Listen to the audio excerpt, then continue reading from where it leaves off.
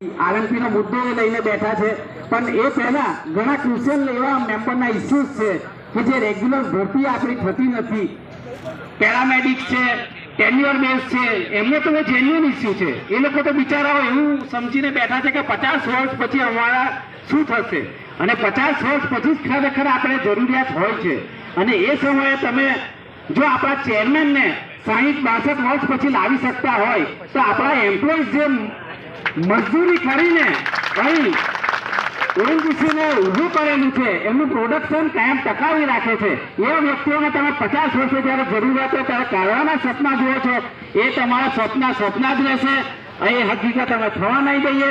બધા એક મળીને એક સાથે એક અવાજે એક જ વાત કરીશું કે અમારી માંગ સંતોષો ના સંતોષો તો આના કરતા ગલત પગલાં લેતા બી અમે અટકાઈશું નહીં. ધન્યવાદ.